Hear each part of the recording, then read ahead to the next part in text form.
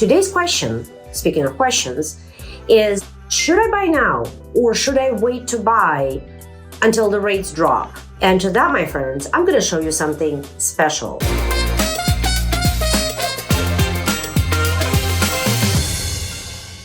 This is Ask Ella Show, and I'm your host, Ella Gurfinkel, Senior Loan Officer with Team Ella at Fairway.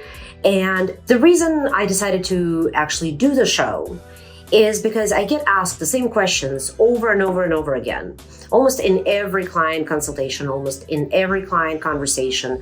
So I figure, it's maybe high noon to actually get this information out there into the wide world so that you already will know this. And then we can dive more into your details when we're actually talking about your mortgage. And by the way, my show is a place where you can ask your questions, not just for me to put the information out there, but also for you to ask your questions that maybe you were too shy to ask. Those are dumb questions. Guess what? In my book, in my world, there is no dumb questions. And I want you to be well equipped and well prepared to buy your first, 21st or 101st home, equipped with the best information, with most up-to-date information that you can find out there. If you're looking for a professional to handle your mortgage for your home purchase, whether it's your home to live in, an investment property, or a vacation home, look no further. I would love to take you by the hand and guide you through the process. The consultation costs nothing. Here is the calendar link for you. And if you want to, here is my phone number. This is a place where you get blunt answers, no sugarcoating, and I will take you literally by your hand from the beginning of the transaction to the very end. So, should you wait or should you buy when the rates actually drop? Well, I'm going to show you something on my screen that actually makes a case for why you should buy now instead of waiting. So, this is a scenario where you're buying a house for $500K, kind of taking more of an average, price point for today, putting 5% down, which makes your loan amount $475,000, 30-year term, and let's say today's rate is 7%. And those do change daily. Keep that in mind. And if you see something that is too good to be true somewhere on the interwebs, it probably is. Read the small print, right? And we'll talk about it more and more extensively in other shows. This is the scenario for now. $500K purchase price, 5% down, which is $25,000. $475 loan amount as a result, 7% interest rate, again, let's say today.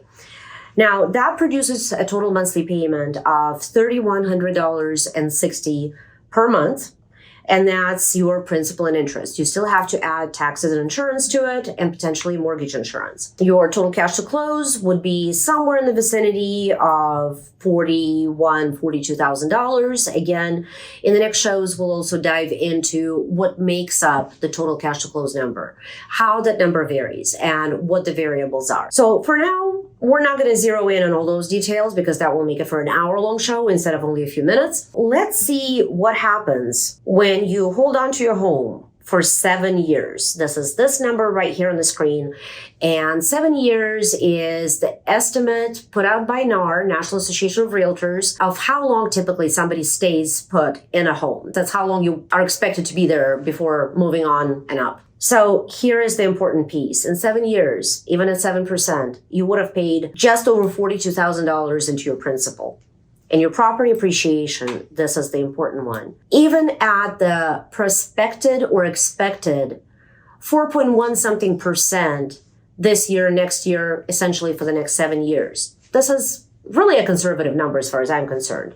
Your appreciation would be, you got it, $154,000 and change. So your total net equity, net gain in the house in just 7 years on $500,000 was $25,000 down, $196,460 in just 7 years. Now you tell me, should you buy now and get on the equity train and the appreciation train now? Or do you really want to wait until the interest rates drop? When they drop, could be next year, could be year after next, who knows? I don't have a crystal ball and I'm fresh out of fairy dust.